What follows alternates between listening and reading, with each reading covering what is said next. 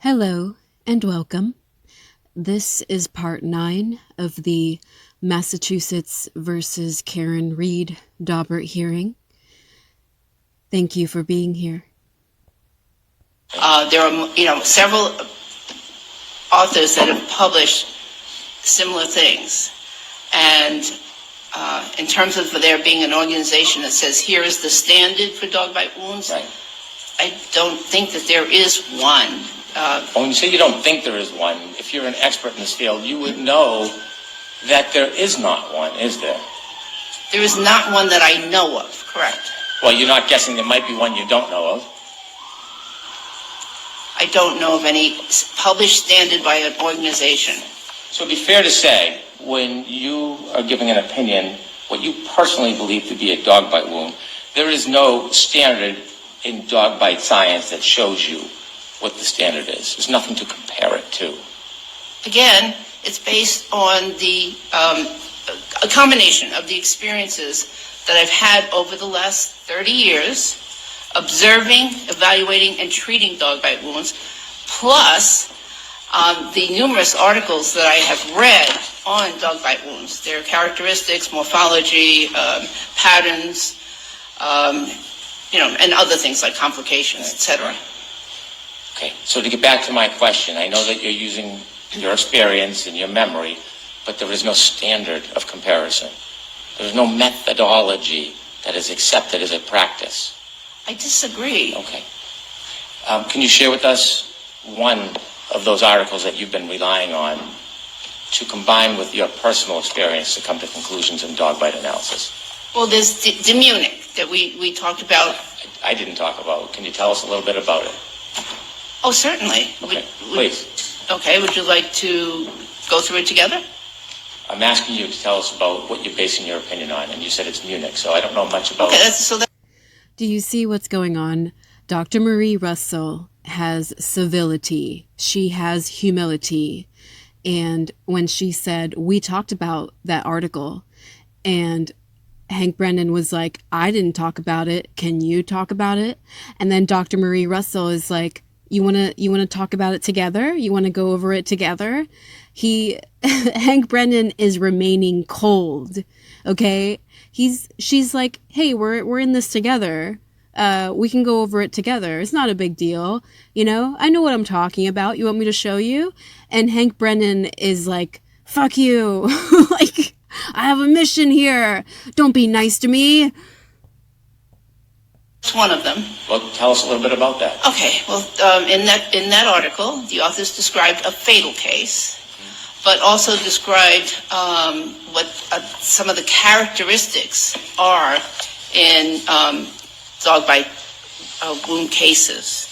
What types of wounds you see, their appearance, their distribution, their configuration, the different aspects like that. Many of them are parallel. Things that would affect the appearance of wounds that physicians know about, such as elasticity of skin and other ways that wounds could be distorted from. What is also depressing is that Dr. Marie Russell is doing an excellent job describing what to look for when you're analyzing dog bite wounds or dog claw marks. Like she's explaining it like an instructor, and she is pointing out what you look for, the patterns, the distinctiveness of the marks, how the marks run parallel. Like these are all telltale signs of dog wounds or dog attack wounds. And she's doing an excellent job, in my opinion. I used to be an instructor. Like, I know what I'm talking about. She's great. But unfortunately, the depressing part of all of this is that Judge Bev is not listening to her, and Hank Brennan is not listening to her. Hank Brennan has a mission here, and it's to completely discredit her and give Judge Beverly Cannoni an out. That's the whole purpose for this Daubert hearing. Hank Brennan is trying to eliminate Dr. Marie Russell from the equation here, so that, again, we can all be gaslit about the dog claw and bite marks on John O'Keefe's arm, so that the prosecution can prevail in their narrative that those marks were caused by an SUV taillight. It's sad. Dr. Marie Russell is excellent, and even if the first trial was the first time she ever testified as a dog bite expert, it was still Judge Bev who allowed her in the first place to testify as a dog bite expert, you know? Like, it was Judge Bev's decision to allow her the first time, but now because the prosecution is pushing to eliminate Dr. Russell, Judge Bev is like, okay, I'll go along with whatever the prosecution wants, like she has done over and over again in the Karen Reed case. That's why so many people are fed up with Judge Bev. You know what's interesting? Try Googling, why is Judge Beverly Cannoni still a judge? Or how can Judge Beverly Cannoni still be a judge? Try Googling those two questions. People have been asking that question. People have been Googling Judge Beverly Cannoni to find out how she is still a judge for the Superior Court. Okay? It's crazy how overt the corruption is. But, and again, it's just sad that, Dr. Marie Russell is giving this her all. And notice that she is graciously being assertive here. She's doing a far better job with Hank Brennan than I would have ever done. He would have heard me yelling through the roof by now. She is graciously assertive. She knows what she's talking about. She's a good explainer, a good instructor, and she is being gracious with Hank Brennan despite Hank Brennan not being gracious with her. From one to another wound. So you have to know a little bit about wound characteristics and basically things to look for in the forensic evaluation of dog bite wounds. Did that article lay out a standard of methodology? I guess I don't understand what you're getting at. Rather than having a particular case study where that article talks about a person that was attacked by a dog and deceased, correct? In that case, yes. However, it referenced... I'm sorry, Your Honor, if you could finish the question. Yes, I'm going to let her finish. Please. And Mr. Lessie, for objections, just simply objection. I'm sorry, Your Honor, thank you. Okay. That article, it was a case report, but it was also a review of previous literature. So in the review of the previous literature that had been published, they came up with recommendations. So yes, there are recommendations in that article. In that article, it talked about a wound to the neck where the deceased bled to death, correct? Yes. Okay. It didn't talk about pattern recognition analysis. I disagree. Okay. And did it talk about a standard of practice of methodology? Recommendations. No, but that's not what I'm asking you. I'm asking you, did it have a standard, a methodology that it discussed? These were authors that were practitioners, and I don't believe they were in a position to create a standard. In fact, you can't. Excellent response. Excellent response. Hank Brennan is a troll. He is such a troll. I said it in the previous video. He is worse than Adam Lally. In a way, Hank Brennan is better than Adam Lally because he executes his mission more efficiently than Adam Lally. Like, Hank Brennan gets down to the point, and he does it in a way that's intimidating. He knows how to get what he wants. It's so clear. In the courtroom, Hank Brennan knows how to get what he wants. He's experienced. But he's worse than Adam Lally in that he's so cruel about it. He's so pushy about it. To one place where there is a readily accepted standard in the dog bite community for identifying dog bites. You can't point to one article, journal, book. That's correct. And so because there is no methodology or standard for you to look at, it involves a great deal of your subjective opinion based on your experience treating dog wounds, doesn't it? With all due respect, Mr. Brennan, I'm not somebody that just came in off the street. I have at least 30 years as a physician, and I use that information in helping me form my opinions about wounds. I've seen all types of wounds. Okay, so my question was, because... And when when I was at the Daubert hearing, and we were on High Street, and we had crossed the street to go to the district court because, again, the Karen Reed supporters were not permitted inside the Superior Court. When we were at the district court, a couple of the Karen Reed supporters were streaming the Daubert hearing on their phones, and they talked about this part when Dr. Russell says, I didn't just come up from off the street. Like, I've got 30 years of experience. And it's a key part. This shouldn't be happening. She was already qualified. This is a complete waste of time and resources. There is no methodology. Because there is no standard comparative analysis, you need to rely almost virtually on your personal experience treating wounds. No, I believe you're again mischaracterizing it. I'm relying on my personal experience plus. Excellent. And, the defense is fortunate to have her as an expert witness because she fights back. She's assertive and she fights back, and she attempts to correct Hank Brennan's mischaracterization. Just excellent responses. She's not letting Hank Brennan walk all over her like he's repeatedly tried to do. What I've learned from these numerous articles.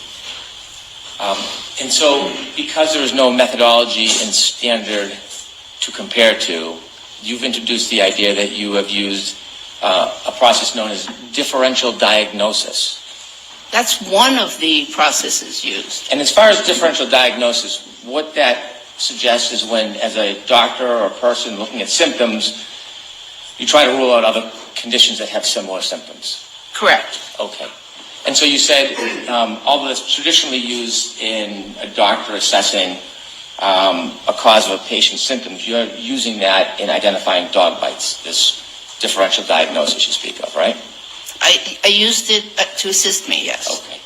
And so when you're using differential diagnosis, it means that there are many other ways or reasons why the same symptoms can occur. Not always. Not always. It could mean that there's just one or two other conditions that would resemble this, but it's a process that a responsible physician would go through. And in this case, you went through differential diagnosis to exclude other causes of these abrasions on Mr. O'Keefe's arm? I did. If you had used your training and experience and you were certain to a reasonable degree of medical certainty that these were dog bites, you would not need to go through differential diagnosis. Oh, that's so incorrect. Okay. Good job. Again, she's responding to him assertively, and she's not letting him rule the narrative, which is ultimately what the prosecution intends to do with the Karen Reed case. They intend to win, and they intend to rule the narrative. But Dr. Marie Russell is not having it. She's like, look, I'm an expert. I did this. I did it carefully. I know what I'm talking about. I'm not perfect. I'm not 100% perfect human being. And so so I have to, as a responsible physician, in every case, go through a differential diagnosis to make sure I'm evaluating and treating the right thing if there's treatment involved.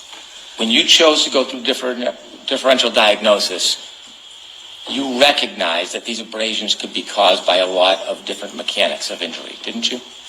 I considered that they could have been caused by others, but I went through the process. Well, you were uncertain, weren't you? No. Yet you went through this process of differential I love her face when she did that. No, yeah. Again, Hank Brennan is not listening to Dr. Russell. He is not listening to her. He wants to put into the narrative what he wants, what he thinks, what he knows is going to help his narrative. He keeps implying that she's unsure.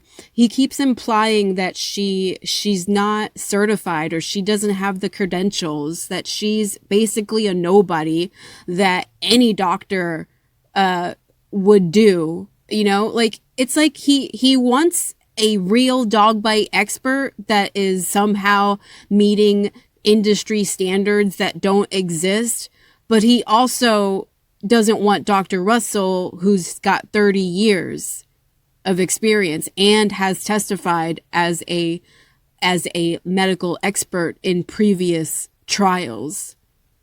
Like, he wants this perfect dog bite expert to be on the stand, but he also doesn't want that expert to be on the stand. It's not really about Dr. Russell not being qualified. It's about Hank Brennan and the prosecution winning. He doesn't really care what she has to say. Notice he keeps saying she's unsure. Notice he keeps implying that this is all vague or there's uncertainty here, when she continues to tell him, no, I was not uncertain. No, I was not unsure. Like after a while, this becomes abusive, It's like you try to explain yourself to an abuser, and the abuser's like, oh no, you don't really mean that. You mean this, don't you? You mean this, don't you? That's Hank Brennan. Diagnosis anyways. Yes, absolutely. Okay. And when you did that, you decided that you should focus on car accident. No, I didn't focus just on car accidents. Well, what other subjects did you focus on in differential diagnosis other than car accident? Could these have been self-inflicted, for instance? You went through that process? I did. I didn't see that anywhere in your report whatsoever. It's in my head. I didn't write it down. Well, aren't you supposed to report the process you go through before coming to conclusions? Isn't that why you wrote a report in discovery and disclosure? Yes, but Okay.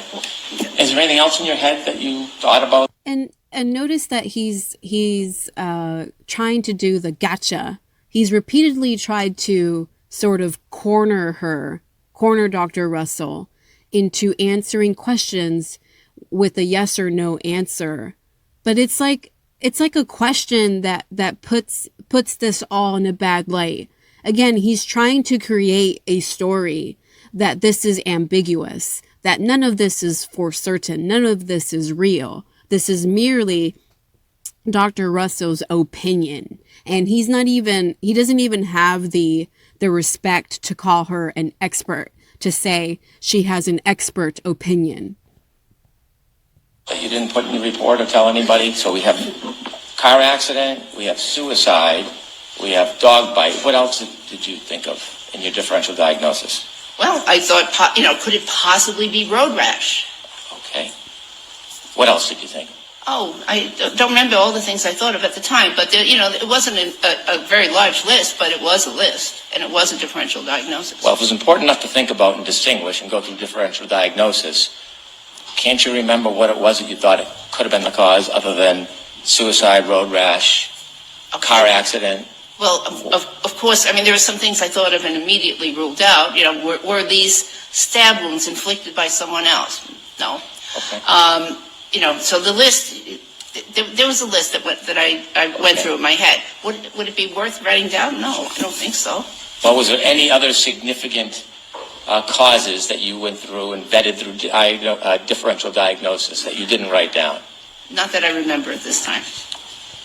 I'm telling you guys, if this were the defense team asking these questions to like a key witness, like one of the MSP troopers or one of the McCabe's or one of the Alberts or Brian Higgins, like if the defense team was grilling a witness on the stand the way in which Hank Brennan is grilling and abusing Dr. Russell, Judge Bev would have said, can we move it along? Can we move it along? She's already answered your question, and you keep saying stuff that she didn't actually say. Just move it along, please. We can't be here all day, right? But because it's the prosecution and it's Hank Brennan, and again, because Judge Bev is in cahoots with the prosecution, she's just sitting back and letting this happen. And you'll notice Judge Bev is writing a lot of notes, and I bet not one of those notes is in favor of keeping Dr. Russell in for the retrial. That's why it helps to write it down. Okay. So one of those causes of these abrasions that you went through differential diagnosis for was car accident, wasn't it? Yes. In fact, when you first met the defense attorneys, you had an interest in this case, didn't you? I thought I could clarify the issue of what those wounds were caused by. So you were learning about information about the case publicly before you got involved in this case, didn't you? Well, you knew there was an issue. I heard, yes, I did know that there was an issue. I saw something in the Boston Globe, and Mr. Brennan, I wasn't following the case at all. I don't even subscribe to the Globe for information about this general region. You don't have to be defensive about it. I'm just asking you. Okay. You knew enough. She absolutely has to be defensive about it, you know? Like, come on, Hank Brennan. You don't have to be defensive about it. I'm going to keep attacking you. I'm going to keep being abusive to you, but don't be defensive. That you wanted to get involved and you made some phone calls to offer your services. I didn't want to get involved, but I thought that I should. I see. And so you learned enough through your study or the Boston Globe or television that you knew generally that there was an issue about the abrasions, correct? I knew there was a question, yes. You knew that the defense was claiming that a dog caused those injuries. I wasn't even sure who was claiming what at that point. So you didn't know much about anything, but you still made phone calls to introduce yourself to get involved in the case? Again, I know that there are very few people in this country that have the combination of experiences that I do, and I thought that I could just clarify the issue and maybe, help people move along in the case. Before you decided that you were going to offer your services, what did you know about the case? I knew that a police officer had died. I was a former police officer, so I knew that a police officer had died. And I knew that there was a trial, and I didn't know details really. I just knew that I believe I read that there was something about a car accident versus dog bites. That's about all I knew about the case. Had you seen any photographs? No. So just generally knowing that there was an issue, you thought you could help because of the word dog bite in your experience? Correct. Okay. So when you ruled out motor vehicle accident, is it fair to say that your perspective was a motor vehicle accident would have caused injuries to the other parts of the body, and that's why you considered car accident as not part of the cause of these abrasions? That was not the only reason. That was one of the reasons? Yes. Did you look at the wounds and you thought based on the accident there would have been broken bones or other injuries? That was one of the reasons. Okay. So based on those two reasons and other reasons, you decided to exclude car accident as the cause of these wounds, correct? Correct. And when you made that decision to do that and exclude car accidents, you didn't really have the experience in car accidents to decide whether a car accident was the cause of these injuries, did you? Mr. Brennan, I've seen thousands of car accident victims. Again, like he's forcing her to repeat herself. She already answered these questions. Guys, she already answered these questions. Like, Hank Brennan knows she's got 30 years of experience as a medical doctor, an emergency room medical doctor. Like, she's seen countless victims of accidents, of automobile accidents. Like for him to present these nefarious questions like that, like he continues to present these questions in that fervor. Like, yeah, you've got 30 years of experience, but you didn't really have experience with accidents, right? With car accidents, right? Like, it's just disrespectful. It's either he doesn't believe her, doesn't give a damn about what she has to say, or he's trying to piss her off so that she gets unnerved and starts reacting and then loses credibility that way. And then Judge Bev can see it, you know, but she's doing an excellent job maintaining her composure despite Hank Brennan's abuse. And I'm going to keep referring to it as abuse, even as YouTube tends to censor that word. This is abusive cross-examination on Hank Brennan's part. It's unnecessary when she's already answered these questions. Of course, she has experience with victims of automobile accidents. Hank Brennan is playing stupid. He knows exactly the answer to his own question. Through my emergency medicine career. So I had plenty of experience. Have you ever been trained as an accident reconstructionist? No, I'm trained as a physician to treat car accident victims. Not a single doctor in the U.S. is trained or needs to be trained in accident reconstruction, Hank Brennan. So ridiculous. Not what I asked. What I asked you is, you ever been trained as an accident reconstructionist? No. Have you ever taken classes and certifications in accident reconstruction? No. Have you ever gone to a scene of an accident and been asked to give your opinion and help reconstruct the accident? No. Have you ever served as a witness in court as an accident reconstructionist? No. In fact, when you decided that this accident couldn't happen, Like, I wish the defense would object as to relevance. Like, this is completely irrelevant. Being an accident reconstructionist and being a doctor are two entirely different things. And you don't have to be an accident reconstructionist to be a doctor and to know that a patient came in from a car accident and they have wounds that correspond to having been in a car accident. and you hadn't even read the investigative reports, had you? I didn't decide that an accident didn't happen. What I decided was that those injuries were not from a motor vehicle accident. When you first gave your opinion in this case, she was done. Hold on, Mr. Leslie. Next question, please. When you first gave your opinion in this case, It was a perfectly good objection. He didn't even let her finish answering the question. And again, Judge Bev is not holding Hank Brennan accountable. Judge Bev is letting Hank Brennan run her courtroom. Okay? And guys, she would never let the defense team run her courtroom. But she's perfectly okay with Hank Brennan doing the brutal questioning that he's doing here. And when the defense justly objects to the fact that she can't even finish answering the question before he asks her another one, Judge Bev says nothing except next question. excluding car accident, you had not even read the investigative reports in this case, had you? That's correct. Yeah. And when you were asked about materials that you reviewed to give your opinions, you said you were just trying. Yeah, like who would read the investigative reports of this investigation that never happened? You know, like, what investigative reports are you referring to, Hank Brennan?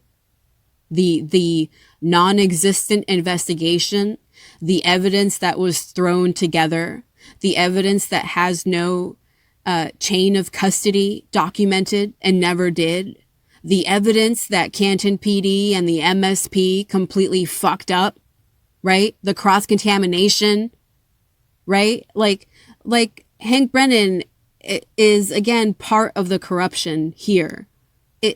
It was clearly a cover-up, and there was clearly never a real investigation conducted. So to me, the so-called investigation reports don't even matter. They shouldn't even be reliable at this point. To focus on the wounds, and you hadn't read those reports, right? That's correct. Have you read the reports to Yes. date? You now have read the reports. Yes. Okay. When you excluded the car accident, did you know anything about this collision between the Lexus and Mr. O'Keefe? Did you know anything about it? Objection, Your Honor. Can you answer that question, Dr. Russell? Wow. No, again, that was a perfectly good objection. You see, guys, like the defense team can't even present the narrative that John O'Keefe was attacked by a dog without the prosecution objecting and Judge Beverly Cannoni sustaining their objection. Judge Bev agrees when the prosecution objects to the defense team using the narrative that John O'Keefe was attacked by a dog. But the prosecution is perfectly permitted to use the narrative that John O'Keefe was hit by an SUV. Notice how Judge Bev did not sustain the defense's objection. Robert Alessi objected, and it was a perfectly valid objection. But notice it doesn't go both ways, guys.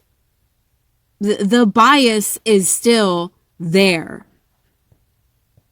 Did I know anything Yeah. about? Did you know anything about how it happened? I was somehow I knew that. Well, I believe I knew that the car was backing up. That's what I was. Somehow I got that information. So The when car you were backed up. excluding the collision in this differential diagnosis, did you know how fast that Lexus was going back when it struck Mr. O'Keefe? No. Do you know how far it traveled when it hit Mr. O'Keefe? Objection, Your Honor. So it's a question, the question's proper. Let's see if she can answer it. She may not be able to answer it as asked. It's, again, guys, if when the defense team wants to suggest that John O'Keefe was attacked by a dog, and when Dr. Russell wants to suggest that John O'Keefe's wounds could be that he had his arm up while the dog was attacking him, the prosecution objects, and then Dr. Russell isn't able to finish saying that it was a dog attack. The defense team is not able to finish to asking about the dog attack. The prosecution censors the defense team. The prosecution censors the defense team so that they are not permitted to use the possibility that John O'Keefe was attacked by a dog. And Judge Bev allows that censorship. She allows the censorship, and then she doesn't care when the defense team objects to the prosecution saying it was an SUV and that the SUV was going fast. It was reversing fast. Like, it's to me, it's not okay. If the defense team is not permitted to suggest that John O'Keefe was attacked by a dog, then the prosecution shouldn't be permitted to suggest that John O'Keefe was hit by an SUV. But notice that Judge Bev believes that John O'Keefe was hit by an SUV, even though she sat through that whole first trial and listened to ARCA experts tell her that he was never hit by an SUV. Do you know how far the Lexus traveled backwards when it hit Mr. O'Keefe? Your Honor, I'm objecting to the I assumption. understand, counsel. Can you answer that question as asked, Dr. Russell? As asked, no, I don't know. When you excluded Judge Bev is as corrupt as the prosecution. She's as corrupt as Michael Morrissey. She is as corrupt as Norfolk County. this collision as differential diagnosis, did you know the angle of the collision between the car and Mr. O'Keefe? I'm going to see counsel in a second.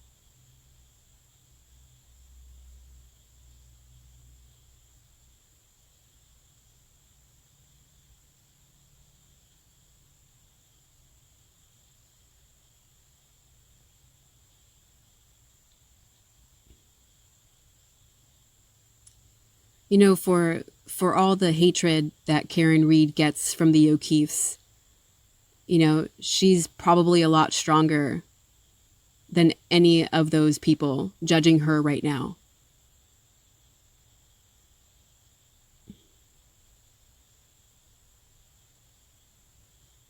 And thank goodness for Robert Alessi, because it is clear to me that Robert Alessi is seeing the bias. He must be seeing the bias by now, you know? Like, again, anyone with integrity would see the corruption here. They would see the bias here.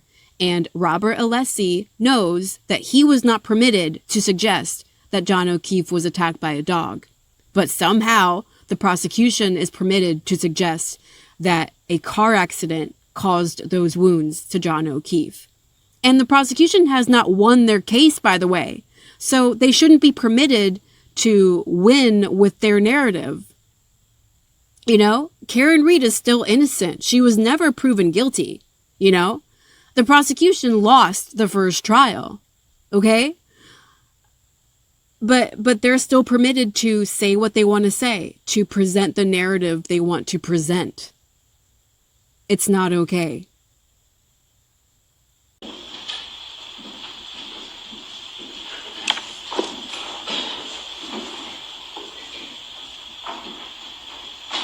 Ma'am, Yes. when you engaged in differential diagnosis, excluding a car collision as the cause of these abrasions, did you know or learn any information about the angle of the strike between the Lexus and Mr. O'Keefe? No.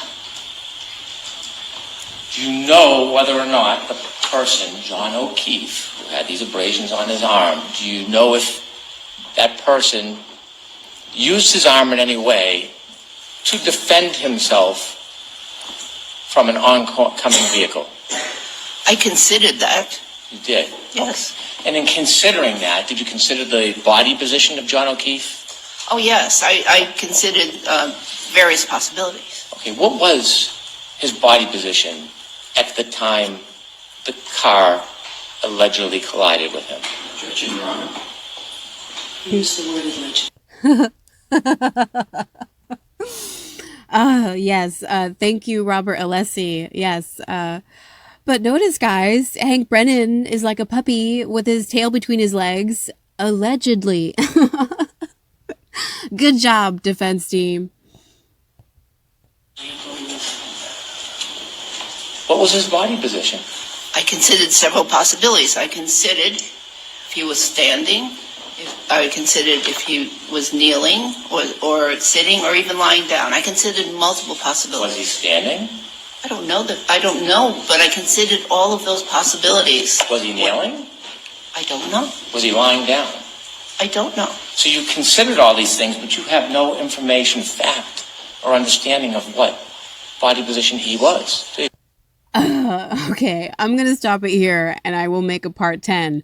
But I just want to say, guys, that nobody in Canton PD or the MSP, none of these so-called lead investigators like Guarino or Tolley, those corrupt assholes, none of them know what position John O'Keefe was in. None of them know what the fuck happened to John O'Keefe, right? Because they didn't do an investigation. There was never an investigation. Hank Brennan is wasting everyone's fucking time. But again, this is Judge Bev. She okayed this. This is a Daubert hearing that she granted, you know, and I feel almost certain by now that she's going to use Hank Brennan's arguments to write the reasons why she's excluding Dr. Marie Russell. And I'm not saying she's for sure going to exclude her, but I am saying that Hank Brennan is serving that argument on a silver platter for Judge Bev. Judge Bev doesn't even have to do any work because Hank Brennan is giving her all the reasons that he made up, all the narratives that he made up to say Dr. Russell didn't have enough information about the case to determine how John O'Keefe actually sustained those wounds on his arm. All of this is enraging. It's enraging. I will make a part 10 soon. Thank you for watching. And I also want to say that I will be uploading another video before I make part 10. I will be having dinner with a few of the content creators in the Karen Reed community. We're supposed to have dinner tomorrow night in Dedham. So I will take photographs of myself and the content creators at that dinner. So anyway, look forward to part 10 and look forward to those photographs. Thank you for watching.